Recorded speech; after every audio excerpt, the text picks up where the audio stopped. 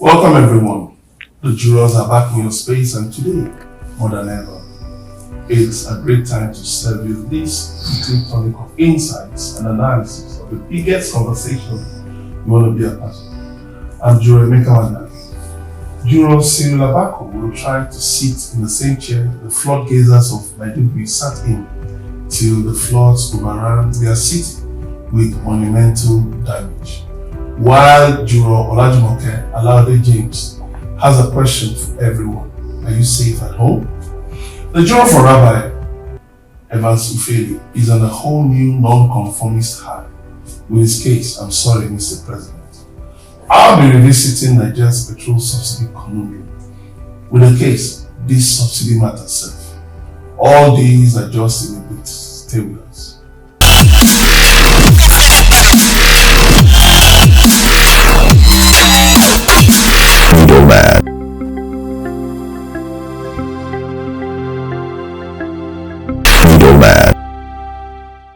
You're welcome back. My case, this subsidy matter self. Subsidy has become a byword for governmental inability to efficiently run the oil and gas industry for more than 4 decades. Even when Nigeria had 4 functioning refineries, we still had to contend with subsidy. Whenever the fellows in government wanted to pay for some dough, they told us that they had to raise the prices of petroleum products. It soon graduated to the grounding of the 4 refineries and onto massive importation of petroleum products. Now, the chickens have come home to roost.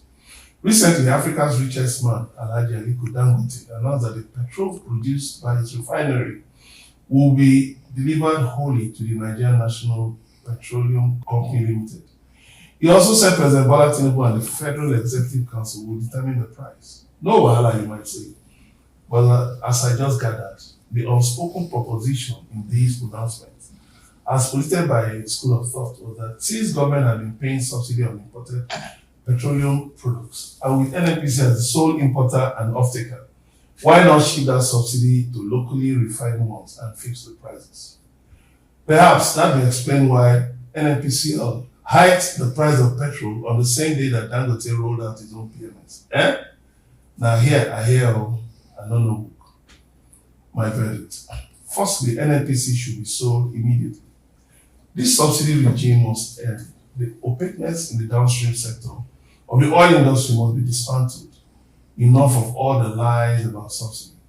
It's been alleged that Nigeria doesn't consume as much as 50 million liters daily. That's what they have said. He will expose the true figure. The sector should be an open market into which refiners can throw their products at competitive prices. Nobody should be allowed a monopoly or unfair advantage. And that's my case. Dangote say he will expose who? Expose who? When his refinery was about to start, they showed him shady. He's now telling us he wants to go and expose it. Yes, he's showing them shady. You know that. Again, I am bewildered at the secrecy that shroud a company like the NNPC PLC. Because, I mean, when you say it is public, a public liability company, then your books should be open. They say it's because their books are being opened that we're seeing that there's some underground subsidy. Because there is no subsidy in the budget, but by the time they sell crude oil, they say a shortfall, and they import petrol, Under recovery. Under recovery is what they call it. By the time they are now disbursing to independent marketers because they are now the sole importers, they sell it to them at the price that is less than they have bought it, so that the independent marketers can also sell it at a rate that Nigerians can afford. Now, because that under recovery has not been able to provide for all of the importation, we started owing the foreign suppliers to the tune of $6.8, wait for it, billion. My goodness. So now, the suppliers are no longer giving them petrol on credit, which is why we are having fuel shortage, fuel scarcity, in the market. I'm wondering, for a country that has crude oil, Are you supposed to have crude oil? we do have. It's So not. just to have crude oil. The juror from Rabbi has mentioned before. The only reason we're not drilling oil in this area is because it's not at commercial quantity. Nigeria pretty much sits on top of oil all over, from the Niger Delta to the north. You know, for a country that has the resource, even countries that do not have are building refineries. They will import crude oil from people like us, refine, and the commodity is readily available. No, see. So the absurdity. It's not about having abundance of mineral resources or natural resources. It's that your inability to put them to use will turn you to a slave to countries that can, get it to a finished product. Now, you see what we are dealing with. You can imagine now the persons who are owing, or the companies who are owing, the NNPC is owing, they are now the one dictating the pace. In our markets. Now, we have this thing in abundance, but because of our lack of tact and our inability to put them to proper refinement, we now have to rely on these people to determine whether it will get to us or not. Imagine. And to put it more shamefully, we are now owing. You cannot manage what you have. Somebody is getting you to get it across. You are owing the person. Then you are telling the country that you have removed subsidy. Then you came back and say you are paying shortfalls that the federal government used to give money to NNPC. The NNPC have not paid subsidy for the past 9 years. Now, when the federal government give them money, what they do is when they bring it in, they will use the money to make up the difference. And they call it shortfall or under recovery or whatever it is they call it. So at the end of the day, NNPC is not able to manage itself. Wow. It's not able to manage the resources, that's the PMS.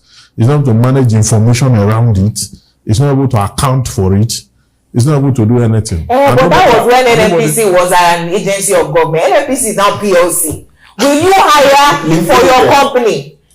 Is it limited or PLC? It's limited. No, it's supposed to be PLC according to the Petroleum Industry Act. But it is limited. Will you, as a director of a limited company, hire an incompetent MD? Well, it depends on your goals.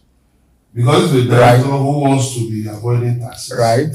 If it's the director who wants to game the system. So, what I'm saying is this. Nigeria produces what is called sweet crude in the Bonny Light, which is well sought after all over the world.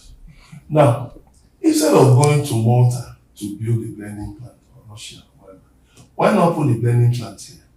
Get different grades of crude from around the world and blend them here in Nigeria, so that as long as you stay within the permissible limits of content of your solvent. Cost of production, sir.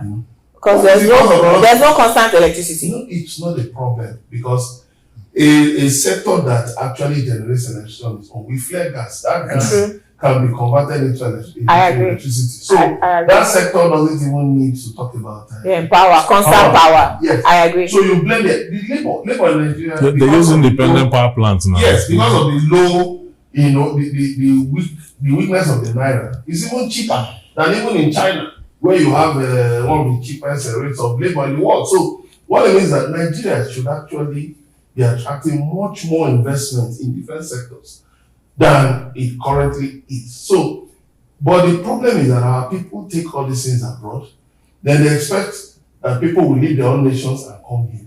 Charity must begin at home. So the issue about this Dangote refinery, and all of that, about this subsidy, is just that people want to continue to make money that are not at the expense of the masses. True. I was asking him sometime earlier today. I said, how many genuine billionaires does Nigeria have? Genuine people who are you investigating them? No. Fantastic. Whatever you want to call it. Not the ones that were given or giving a monopoly to sell one product. Somebody who does not. No, I mean, even those you can manageably trace them. There are people who don't have anything like a company with a staff strength of, let's say, 1,000, 2,000. Portfolio. You understand? Briefcase. And they're everywhere. Now, on the NNPC, this whole oil issue, frankly speaking, if not for that, you are about to drag your president. Go ahead. If not for that, you remember to this table. Because the president is the substantive. I wonder what sense there is in talking about it. You are dragging your president. It was Karl Marx that said the world that philosophers had interpreted the world for long. It was time for action. Frankly speaking, what we need to do now is to take action on the I NNPC. agree. There's nothing more to do. I like his very saying, sell all these NNPC. I was trying to do something. There's no NNPC is busy as we speak. NNPC, they are busy asking investors to come and take over the Kaduna refinery. And who will come and take it? But except them and their friends.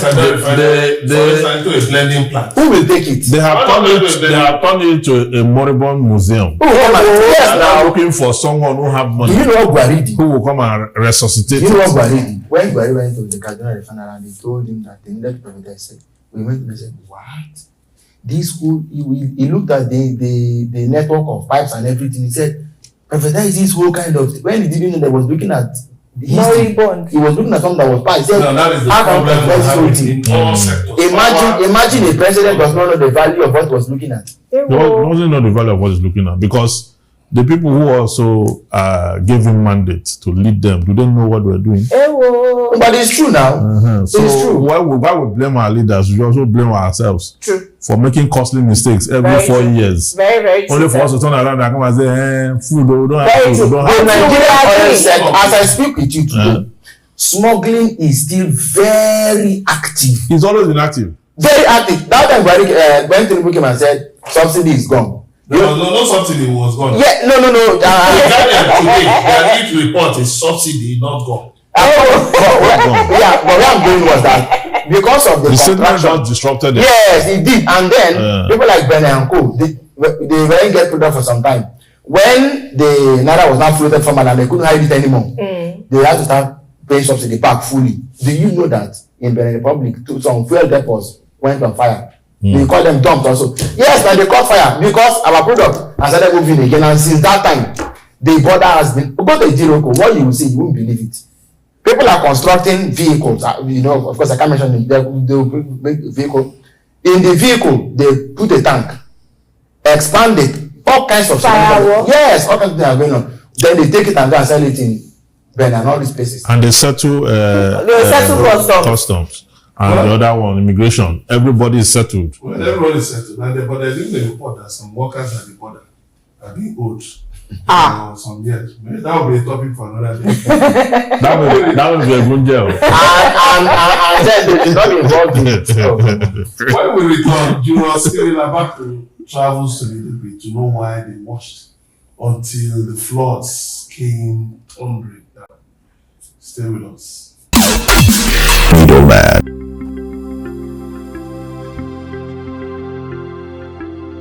You're welcome back to the Middleman. My case, Floodgazers. They sat upon their hands and counted their fingers and asked the question frankly, will the floods really come, as the weatherman had said? But when the waters kept on creeping, they became somewhat concerned and wrote 100 memos, then held a strategy session, then paid a courtesy visit, then formed a special committee to implement a 50-point plan.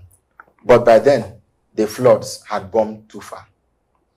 My verdict: the man who cannot dominate his environment is living in less than his manhood. Yet again, let Nigeria arise. So they were busy asking question at the beginning whether the flood will come really. By predictions. When the rains are heavy. And by experience. So they were deliberating and setting up committees. And they're thinking about it intensely. Not solution. They will just say, will it really come? And if it comes, whatever it is. Until the flood came. How far will it go? Until the flood, just like and that's true. That's what happened. Yes, they were just like was in the report that the dam is getting full. Just like Noah's Ark when he was building the ark, the people were mocking him, saying That that it has never rained before. what is this one doing? What's the meaning of rain? What is it doing and all that? And when the flood came, nobody told them that True. it was already late, and that's what happened. Very true. Now you see, the flood came down to a point where it did not only sack the people from their dwelling places, it also sacked animals from the zoo. And the whole place was overcast, such that Even the people. dead were sacked From their graves. So at the end of the day, And prisoners from what it tells us is that we are not prepared people. Okay, in those days when we were in secondary school, when we joined the Boy Scout, our motto is be prepared. So we're being taught how to manage emergency, how to look at the future, how to manage our situation and keep ourselves safe. But the whole country is not able to do that. It's Maiduguri today. Tomorrow, no one knows where the It will be Anambra tomorrow. flood is going Every to. time. Now, Every time they open the dams. Consistently, we know that In Cameroon. this Cameroon dam every year it gets filled up, and once it gets filled up like this, They open it. they will release the water for them to have space. And when they open that water, it flows into the country. There's no wedge anywhere. There's no wedge. The whole of Netherlands is a piece of land in the ocean. Okay, but they've been able to, keep that place safe on top of the water for so many years with technology. And if you see, Netherlands is one of the highest producer of agricultural produce in the world. A small, tiny space that is sitting on water that ordinarily should be referred to as a wasteland. But with thoughtfulness and leadership, Sir. they are able to bring natural disaster under control, keep their people safe, grow crops, feed the world, and at the same time, explore. Grow crops all year round. You understand? All year round. 3 things. Here, we're not growing crops. We're not taking care of the environment. People are defecating on the expressway as I'm talking to you. This matter, they always vex you every day. And we keep violating the environment, and we want the environment to everywhere to protect us. Yeah, so we cannot be protected because of the way we handle the environment. 3 things come at me immediately. 1, Professor Zulum of Borno State is somebody that I respect a lot, particularly how in his first term he came, he knew what the problems were and attacked them head on. Yeah. He hit the ground running, right? In terms of terrorism, and he's a governor who's not only compassionate, he's there, he's on ground. When there's a crisis, Professor Zulum is there. I'm amazed that under him, right, we know that there's a dam and the rains are heavy. We're forming a committee to question, will the dam turn over, annually, right? We know that our dams get full. They need to be opened. In fact, there's a period every year that we know we have more power because there's more rainwater supply to our dams. Secondly, there are 2 rivers, River Benue and River Niger, that we know of, right? And there are dams. There's a Nigerian-Cameroon arrangement. Cameroon built their own part. Nigeria did not. Refused to build. Every time Cameroon opens their own dams, from Kogi to Anambra into the Atlantic Ocean, all the roads, all the villages, everywhere goes underwater every year. We witnessed it last year. How do we experience natural disaster year after year without leadership coming together to prevent it? And sit on our hands. And you have ecological funds, you have security votes. I almost called that Buhari now. On that Buhari, they were fighting. No, I almost called that Buhari. The Minister of Humanitarian Affairs, what was her name? That tall lady. Aisha. Wanted to get married to the president. No. Disaster management. Disaster management. Farouk. She was saying that Katsina was worst hit. Then the governor of Bayelsa said that's not true. And I say, you people, is it worst hit that people are competing for? Yes, they are trying to own who have the highest disaster. Who has more victims? As against walking against your opponent. Somebody coming from Bayelsa that it was raining, and they were afraid because the floods were gathering. Now, in 2010, there was a serious flood. Yeah, that got to Delta. Lagos and Ogun. Yeah, Delta State. Yes, and Jonathan, you remember Jonathan came here. He was around, Kara and the rest of it. He said a number of areas. And then he approved money, for Lagos, for Ogun State, and I think for Delta. So then thereafter, he appealed to the World Bank to set up a program, which now became Newman. They called it Newman. It was to last for 10 years. It lasted for 10 years actually. But by the end of 10 years, Nigeria was still not ready to end the program. So the World Bank extended it by 2 years. Imagine. Now, the program ended last year. And then the World Bank immediately set up another program they called ACRISOL. ACRISOL. Now, that program, if you look at ACRISOL Borno State, it says that one of the environmental problems of Borno State is shortage of water. Another problem, just next to it, is flood. And I said in the same place, shortage of water, flood. Is it not easy? I mean, it's a travesty of reality. Answer translate the question. Yes, now. As in literature. Very simple. So I said there are three things. Now, for 12 years, you had this Newman, under which you should have trained geologists, climatologists, and all of that, who could just solve. Nigerian geologists work in banks. They are teaching they've not relocated. No, but no state. Nigerian geologists work in banks. Boko Haram. We don't use them. Boko Haram kidnapped geologists at Unimid one time. Yes. They were drilling for oil. Which, that's very serious because they went without the knowledge of the joint task force that was even operating in that area, operation, whatever it was. Those guys went there. Boko Haram kidnapped the geologists. Yes, now. But it appeared the army was never even aware that geologists have been deployed to go and drill on their own, under their own nose or their watch. The matter now came on that those guys were missing.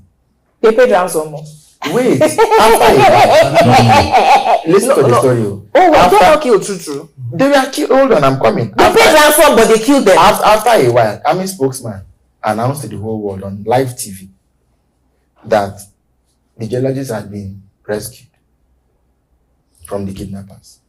Then a reporter was told to go to Unimid to go and ascertain if they had come the back rescue to school of the kidnappers. He got into the school and found their corpses being brought in. Jesus. So if you're looking for geologists, maybe it wasn't they rescued the body. If you're looking for geologists to go and fix that kind of problem, have you addressed the tragedy of insecurity of the previous issues? So, Jurassic Will, I mentioned that there were three things for me, right? The first one is that I'm shocked at Professor Zulum. The second one is Nigeria, did not do the part of dam that is supposed to protect us when Cameroon opens the door. The third part is that Maiduguri, 70% of it is underwater, right? Our Vice President, Shefima, said we will send them rice. Any problem in Nigeria, solution is rice.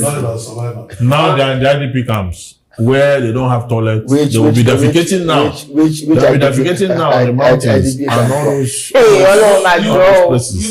The other interesting thing is this dam is actually a small dam. Dalo Dam. It's a small dam. So it's not even something. It cannot reserve that water. Yes, but the water will run over it. The people handling this oil dam, Ogun River Basin Development Authority, what they've been doing is that all year round they release water. You may not notice it, but they keep releasing water. If you look at their bulletin, they will soon issue it. I think every October they issue their bulletin. So they will state how they have been releasing water, the quantity of water they've been releasing. So they keep releasing. That's why you see around October when everywhere gets flooded. But you can see that, if you notice very well, it's not so bad that it enters the Long Bridge. It's still bad, but at least. Yeah, but it floats under it. If they had been constantly releasing water, I don't think it will get to this problem. And then it's not rocket science that you can actually protect dams from overflowing. It's not rocket science. Yes, now. But the problem with us is that the very things that should actually give us relief are the things that create problems. We produce oil. And you know why it's like that. You know why it's like that. We are not adhering to the SDG goals. Yes. Okay, the SDG goals on climate change. Sir, we didn't achieve the MDGs. No, it's still ongoing. Start from there. It's still ongoing. The MDGs we have not achieved. That one is gone. That one is gone. They audited 17%, no, 15% performance. The world over. So now, the SDG, we're not adherent to it. If we are, every state would have adopted a program on climate change. You know that this thing is fundamental. The environment impacts 50% of your life. It determines what you eat, pollution, your welfare, your health, everything is determined by the environment. So after your medical, public health care, the next thing is the environment.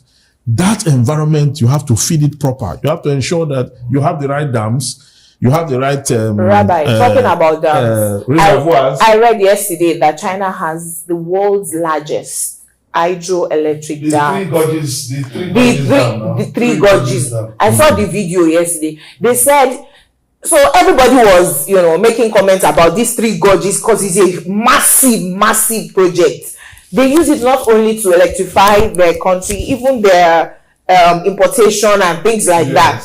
Somebody now came on and said, the most important thing that nobody's mentioned is that these three gorges that actually slows down the Earth's rotation. Yes, it does. How visionary leadership can affect the Earth's rotation. You are just talking about the dams. Do you know that in 2020, the Chinese created their own moon? Hey, whoa. They have a moon now that supplies light to the city. They have their moon. So it's not just about dam is for me a lower technology. You remember when flooding happened in Dubai last year, and everybody said that's when you tamper with nature because they found the technology of creating artificial rain. These people not concentrating. They are concentrating rights in the desert. What you do there? So they will master what they did in Dubai is when you see the cloud, they blow hydrogen they will inject into the sky. There's a kind of salt. They send it into the cloud.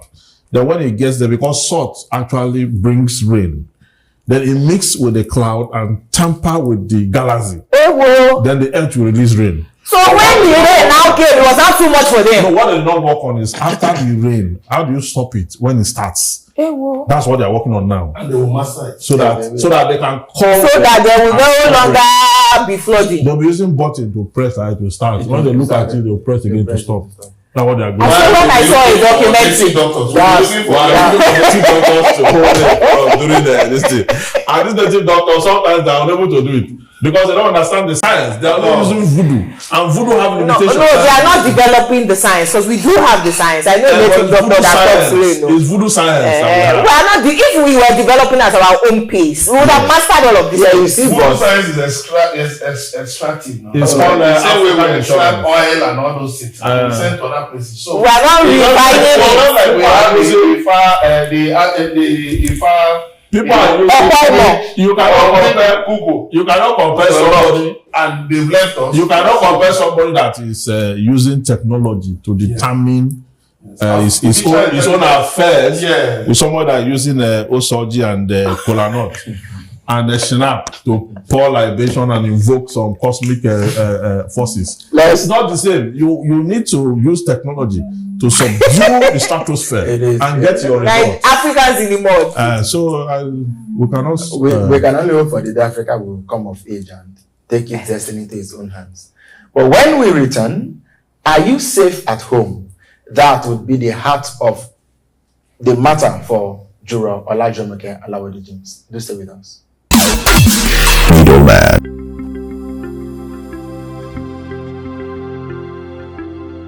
You're welcome back to the middlemen of Juras. The Yorubas have a saying, Bi ikule opani, tode ole pani. Loosely translated to mean, if the death within doesn't kill you, the death without cannot kill you. Are you safe at home? Nigeria is considered to be a country with a high level of crime, ranking 19th among the least peaceful countries in the world.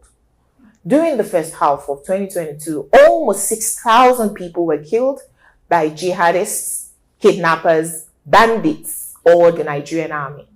So crime in Nigeria in recent years ranges from terrorism, both state-sponsored and non-state actors, banditry, and kidnappings for ransom. Of course, there's still child sexual abuse, domestic violence, and other crimes perpetrated in homes. But armed robberies in people's homes are no longer as rampant as they were 25 years ago. We had car vandalisms in my neighborhood this year.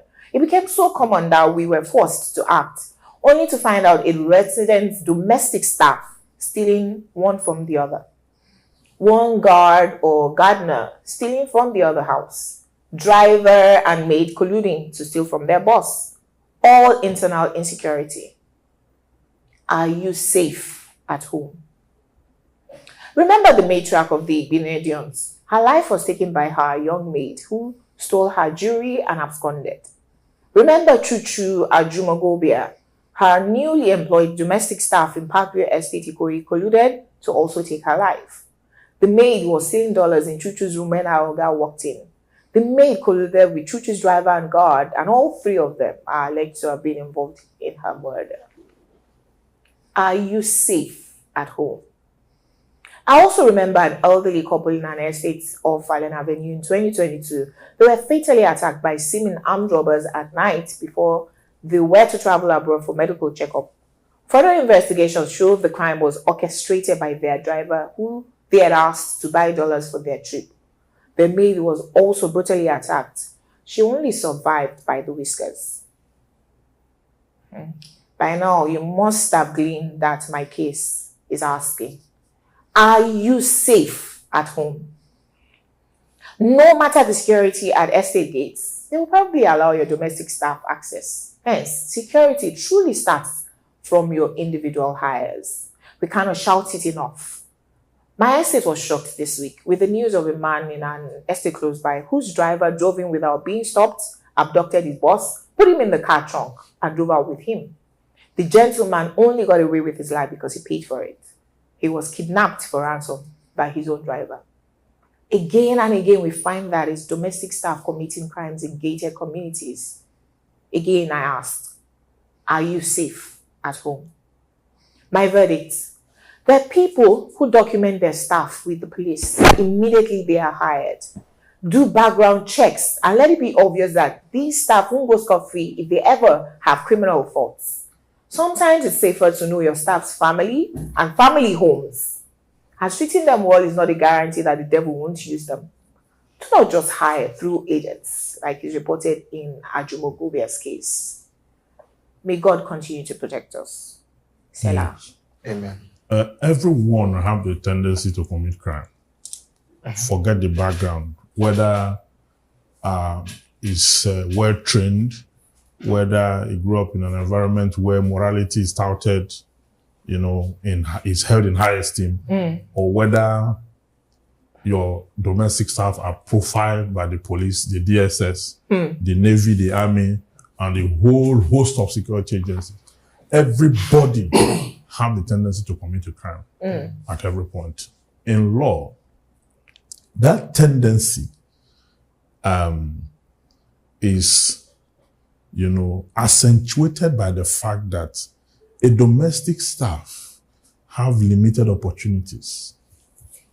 No matter how good a person is, there are certain opportunities that is not extended to domestic staff, for which members of families enjoy to the fullest. Most of these domestic staff, after working for a while in your house, they begin to develop entitlement. From that entitlement, they develop hatred when certain opportunity is not extended to them. Then they begin to feel less of themselves.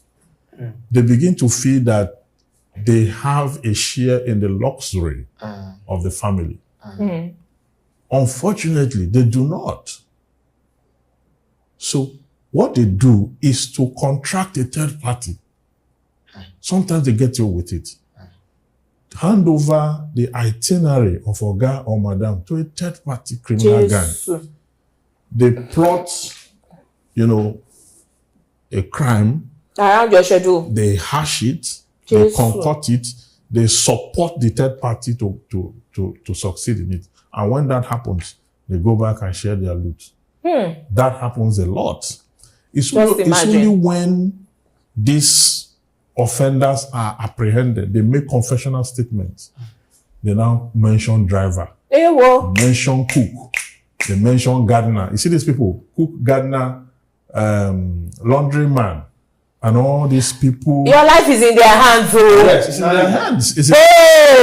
That is why, in my own house, I try as much as possible to eliminate all third-party or foreign bodies. But the burden is heavy.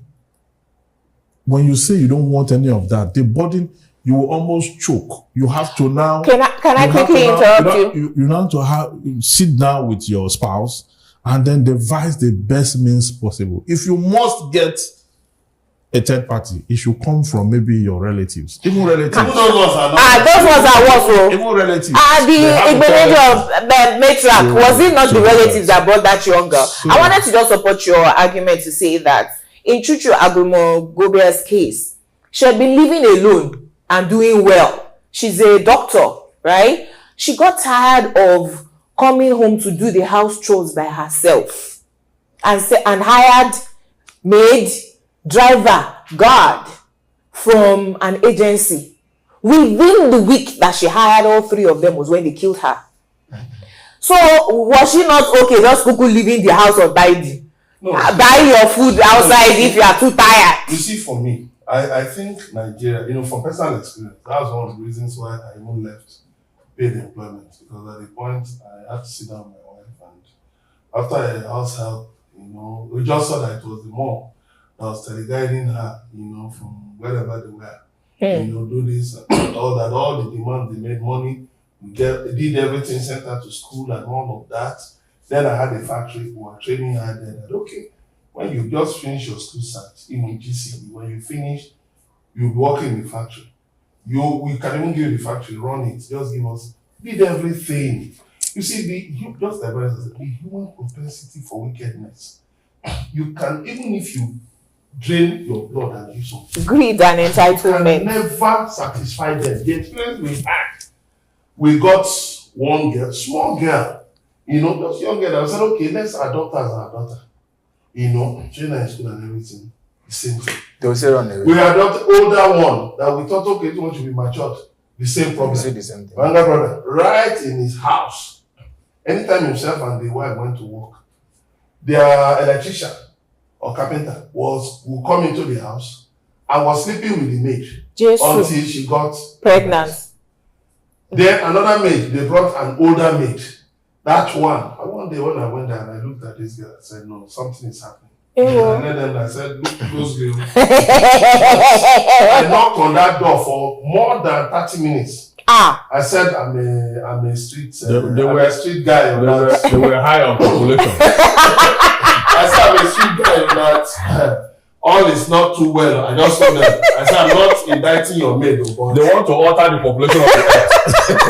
I told her, but go into the world and multiply. I told my father, and I said, you get a CBO. What I saw, I won't say anything. Eventually, you can't hide pregnancy. It came out. So the thing is this, like the Mogobia woman, may I so respect. I feel Nigeria has got to a level now. There are professional services for some of these things that you don't need to have living. No, but that was what she attempted to do now. No, they were living. You can sometimes they come after 5 days. They go. Sometimes they were living. The maid was stealing in her room, and she walked in on her. Your empathy was why you killed her. Is what is driving you. You get this person just because you're empathetic. Yes. You try to, like I was talking to my friend. It's a philosopher. He read philosophy. And I was talking to him about poverty alleviation. He started laughing. I was wondering, why was it like, was I, he said poverty cannot be alleviated. Is it like yo? He said, because you know why it cannot be alleviated? There are people that you cannot sort out their poverty. At all. They Because are comfortable in poverty. the more you try, Yeah, the more they give you layers Yeah. and miles Yeah. Of to poverty. retain their position. You understand? So you cannot. That's what happens sometimes. Not like a family cannot, put together a plan around their activity and their affair and avoid. But you always have 1-2 cousins who are not doing well. You want to bring them in. That one is even more dangerous. When you bring them in, they now develop a pathological entitlement.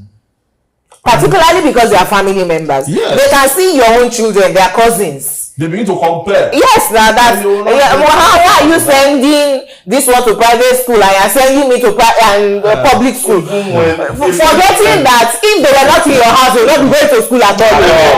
Let me tell you. You're not going to feed it. Fine. Let me tell you that even though I have seen cases of, where the best was given To the maid. to the best, the children are here, She will still leave that so house. that they will, they will continue with Feel among. in school. That's the problem. The best, sending good money home, taking care of the parents' money and all of that. You see, Our the last thing maid is was the same issue. I And we loved her so I much. think- It is what we said. That's why I people have think- a covenant with I think With poverty. I think security firms, these private security firms, this is a business opportunity for them. I agree. Whereby you can you put cameras in your residence, and then there are managers entrusted with ensuring that when people go into your rooms or whatever to clean them, they're under watch. That's just one case. But there's somebody Because this driver that drove into his Oga's house abducted him and drove him out to one bush. Why would an estate? You see, some of these estates, when I go to some of these estates, How many cars will you check? No, it's not about how many cars will we check. One man. No, they already know the driver. Estate already know the driver. Yes, now. Open the gate. Yes, now. I try to bring my journalism experience to bear. In journalism, he said, don't believe anything. Be skeptic. Don't believe anybody, even until people prove.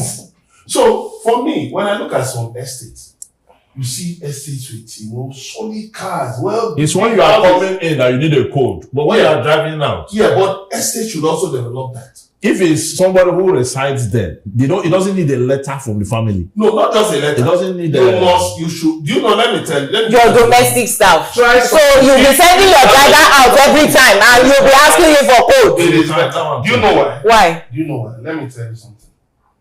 The money that man paid. Do you know there's a businessman who was killed recently in Anambra State? He paid ransom of 10 million. They still killed him. And for instance, if that man was It's like that for Emir. he may have been one of the biggest financiers of that estate. So it won't cost anything for all members of the estate to say, wait a minute, we will install camera. We don't need to open your car, just sit in your car. It will search everything. To search. Cameras will search everything in your car. Yes. It will bring up everything your car. So if you do that, let me tell you, it may look like inconvenience, but you see, you can replace a car, replace money, It's the shortest or you way can to- replace life. True. Now, when you do True is that, gone. She can never you come see, back. anybody who is coming to be employed there will think twice about committing crime. Oh, I agree. The thing with crime is this: too often, like You know that you can get away. we set the ground for crime. We create offense. Due to empathy, we now become foolish. We now become so stupid. And we don't know that we are great. Why would you give your driver money to go and change to dollars for you? Sir. Why? He's a trusted driver. Let me tell He's you. Also because drivers will work in 20 years. See, let me tell you that. A for trusted A trusted driver. because, can kill the boss. No. Juremeka say because, like I always say, for one person who does the wrong thing, there are 10 others. That are good. Yes, and who have I had an aunt. I have an aunt who had a maid that lived with them for 21 years, and when it was time for her to go, she had a wedding actually.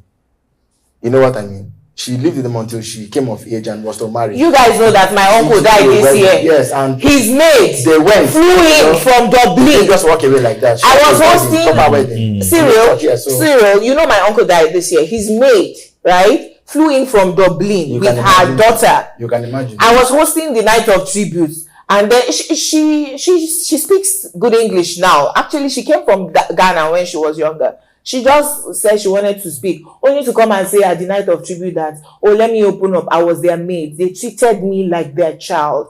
Her going to Dublin, getting married, they were the ones that did everything like she was their child. I know of one big man. So you can imagine. So you can imagine such a family. And there are very many that they will not send the driver to go and buy dollars. Who will go? I know of one big man in Nigeria whose son married their maid. Oh, okay. Yes. If it was convenient, right? I know of a big man. If it worked, yes. Married their maid. when we return, the juror from Rabbi Evans Ufeli heads to the president's office to deliver an apology he had better not be there to receive. Stay with us, we'll be right back.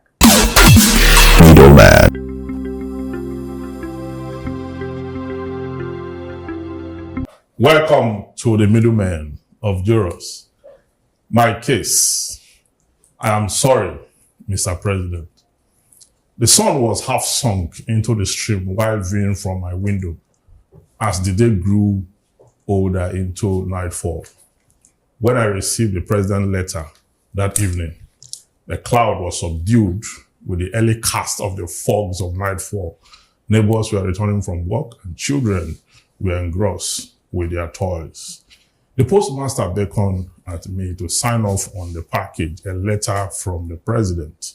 I appended my signature on his copy and he rode his motorcycle with a box clinched on the rear seat of my compound. She drove out of my compound.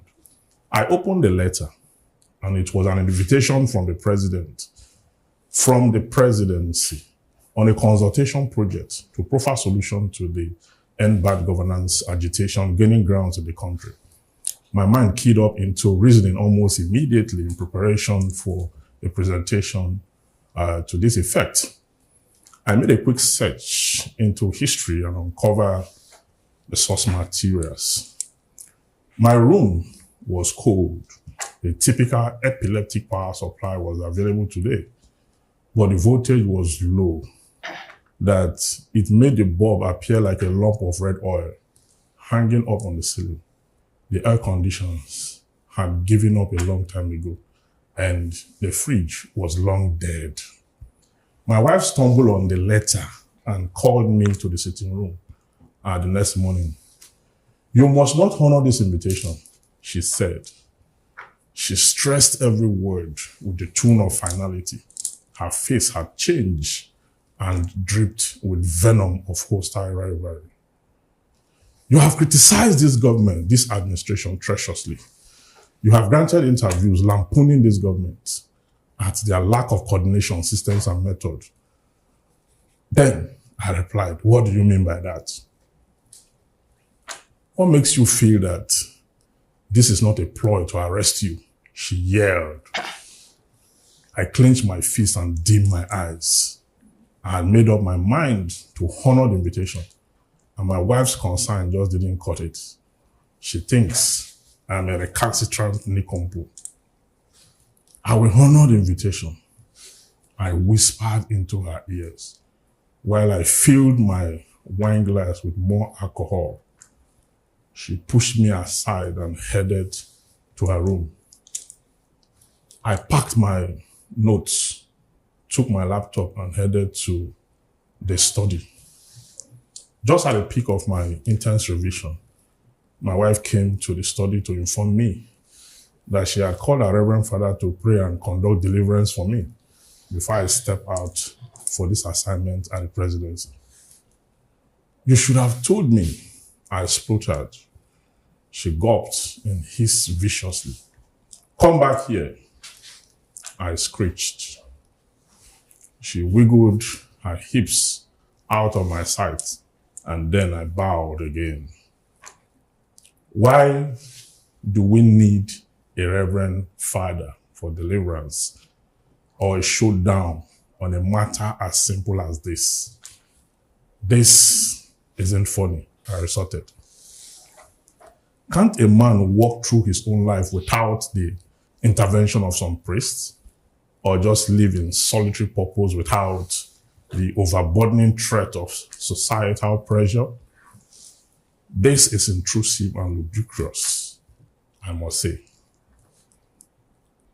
It is not just a priest we need in this matter. We need to fast and pray before you honor this invitation on Wednesday. It is important. The word is wicked, my wife insisted. I felt I had no need to fast over the issue. And maybe there was no need to fast at all. Let's not argue any further.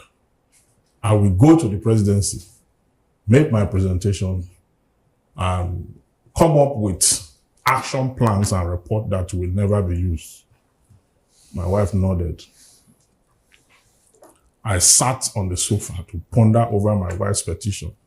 I got drained at the thought of a country's situation, not just the end bad governance agitation in the country, but the herdsmen's killing in the north central and the south region, Boko Haram in the northeast, bandit in the northwest, ASU strike, the doctors' warning strike, kidnapping in the country, ritual killings, inequalities at the Unity School admission process, a dysfunctional police force, and a rather corrupt system that stifles national transformation.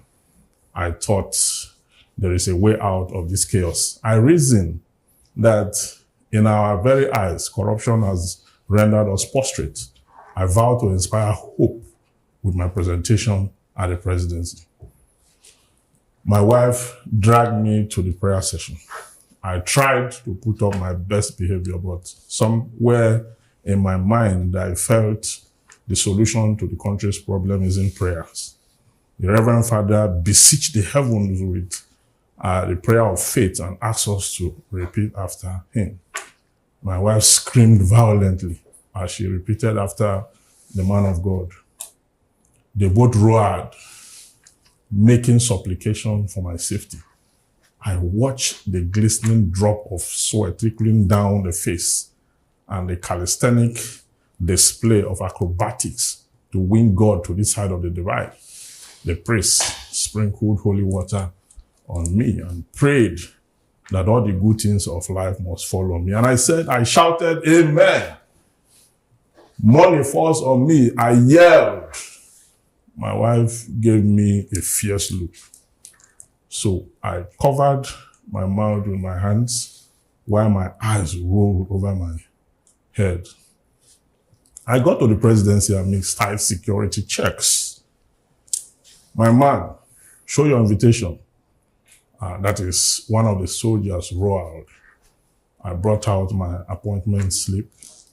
He looked at my face and smacked his lips. Let me see your identity card, he said. I reached out for it and gave it to him. He lowered his gun, adjusted his belt, sneezed, and rent my clothes with tons of saliva. I was embarrassed at his lack of finesse. There is no courtesy, no apology. I wonder just how he got the job.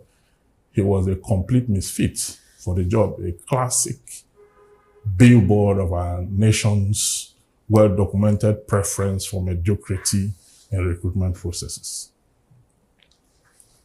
The villa was glossy. Carefully nurtured flowers and well-mopped field gave the site an exquisite royal outlook. The foyer is textured with gorgeous interlocking tiles. The administrative block had a design of modern architectural luxury. It is a perfect contrast to the reality of the average Joe living somewhere out there. I was led to the president's block on the third floor of an imposing twin three-story building. The receptionist put a call to the office of the president and I was let in. The president sat on a chair facing a huge mahogany table with a well-starched cap on his head. Good morning, Your Excellency, I greeted. The president ignored me. Mr. President, you invited me here, and I think the least you could do is to answer me when I greeted you. How are you? The president replied. I am fine, except that things could be better. How do you mean? I mean, this country could be better if the right policies were deployed to fast-track development. That is why we invited you here. You have criticized us profusely. Now that we want to use your solution, specifically on the end bad governance agitation in the country. What do you say? Mr. President, you brought me in late. When you said the subsidy was gone, what were you thinking? Have you been president before? Have you studied the handover note? Have you led 200 million people before? What were you thinking exactly? The president frowned. Will you shut up? I won't shut up, Mr. President. I must point out your errors. During the End Bad Governance protests, you addressed the nation, but you didn't address the issue put forward by the people as a reason for the protests. Is that how to lead? As if that was not enough, you ordered the arrests and prosecution of 240 protesters across the country. Thereafter, you have been using the DSS and the police to clamp down on journalists and dissent voices. Is this what you call democracy? You were a protester yourself in the days of yore. Why are you working against, what you once believed in the past? Mr. President, you took an oath to uphold the Constitution of this country. Listen, or else I will throw you out of this place. You are here to proffer solution and not to reenact the past. Mr. President, we need the past to construct the future. The future is formed based on our actions and inactions of the past. The president looked at me fiercely and yelled at me. You must be mad. No, Mr. President, I'm not mad. Let me tell you the fact. No, you cannot tell me anything again. He replied angrily. With a snap of a finger, Mr. President called the security, who rushed towards me, hitting me with their guns and forcing me to my knees. My laptop fell and scattered on the floor with my notes, and the villa official photojournalist began to take pictures. Within seconds, they had placed a pistol on top of my laptop and notes and accused me of coming into the villa with weapon to harm the president. I didn't come with a gun, I swore. Agitated and aghast, the security officials said I did. They made a proclamation and called me a terrorist, bundled me out of the villa like a criminal, and threw me outside the gate. I continued to swear that I was and would never be a terrorist, and that I did not come with a gun. I was saying this and yelling when my wife caught in and said, "Which gun? Who are you talking to?" She said. Then I woke up. My verdict: protest is not treasonable felony. I shall go to Rabbi again. Well, very interesting, and all true. Actually delivered a very strong, poignant message. And I like the way it ended. It reminded me of what the U.S. Secretary of State, Anthony Blinken, said yesterday, when he was referring to the fatal shooting of an American protester by Israeli forces in one of the occupied territories. He said protest is not a crime. That protesters should not be shot. Protesters don't deserve to be shot. And that it is wrong to criminalize protests. And I said, I'm looking forward to when this memo will get to Nigeria. And I know it will get to Nigeria very, very soon. You think they don't know? Yes.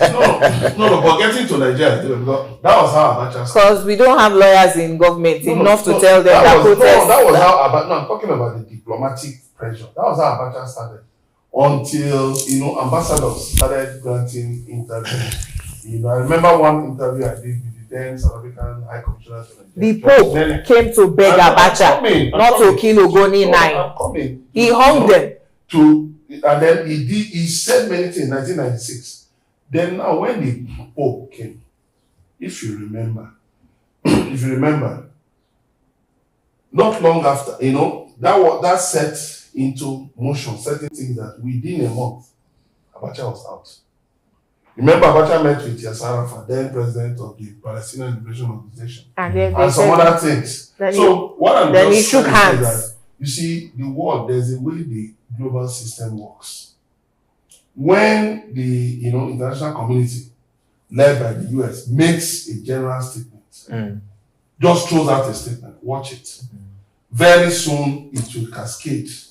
Very soon it will cascade to relevant state parties, and then from there, certain actions will start taking place. Yeah, but one can only hope that the case that the jury from Rabba has brought on the table resonates and reverberates, because frankly, with who?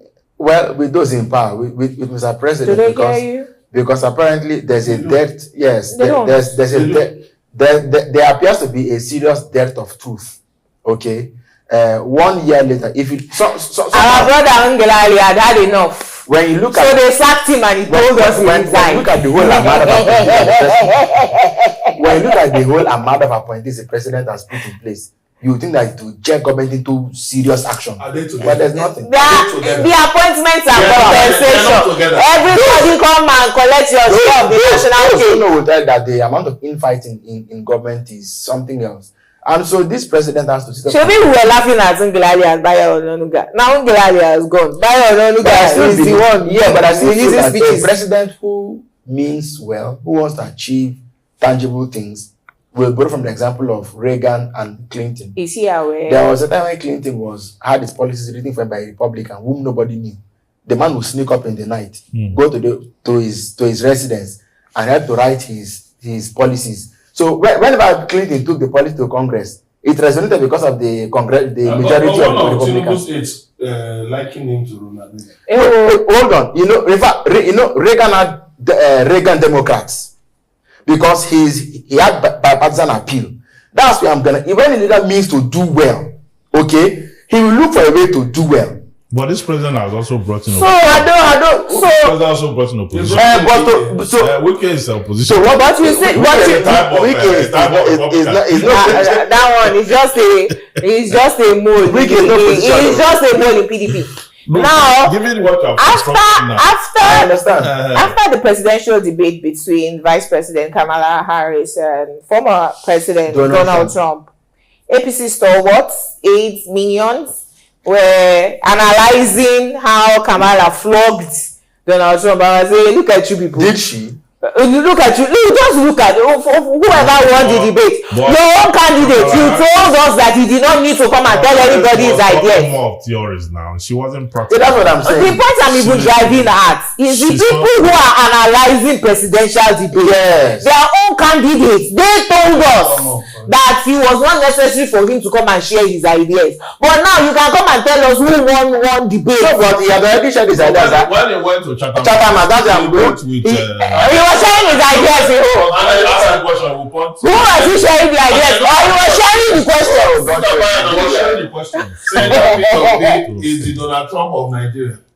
And I said, you see, the problem with you people is that too often you bring trouble to yourselves. Upon yourself. Unintended. Is he still talking? Because there is a case against him. The issue that, and you are now talking on Donald Trump. If Donald Trump wins and they refer him to this statement and he decides to show you why he's Donald Trump, you see too often. I have a hashtag on X, lifeless, and I took it from President Trump when he called our president who came visiting lifeless. Yeah, but the point is, it is not criminal to protest.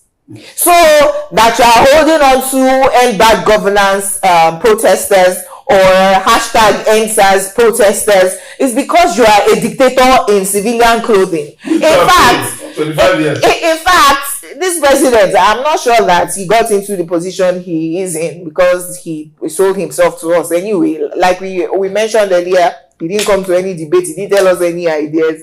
The election results there till tomorrow is still very controversial. Anyway, but the people who answered questions for him in Chatham House are wise enough. If he's listening and has a listening ear, to tell him that, Oga, you are now behaving like the despots that we said we fought against in the Nadeko days. But again, I do not think that he's aware. I do not expect anything of President Tinubu, to be very honest with you. If you look at the American... So I'm not shocked. We can take it one step backward. Just a little shuttle in history. Biden had a debate with Trump, and it became obvious that this man shouldn't run for office again. He insisted. 31 House Democrats came together to Mr. President, you have to step down. Because he couldn't coordinate, he didn't remember what he was saying. One debate night was enough. Now, so if Tinubu had gone to debate, we would have known that he shouldn't be running for presidency. Our president, even without debate, said things that blah blah blah blah. that national anthem. You're standing like this with his staff. and yet we have an elite. And yet is it for Agbado? Is it for Ewa? The way our country runs and the way the Tinubu had set the agenda, even if he wasn't around for that election, he would have won. Right. That's what I was going, because we had an elite. I mean, why? Just peel the neck down. You have won now. Yes.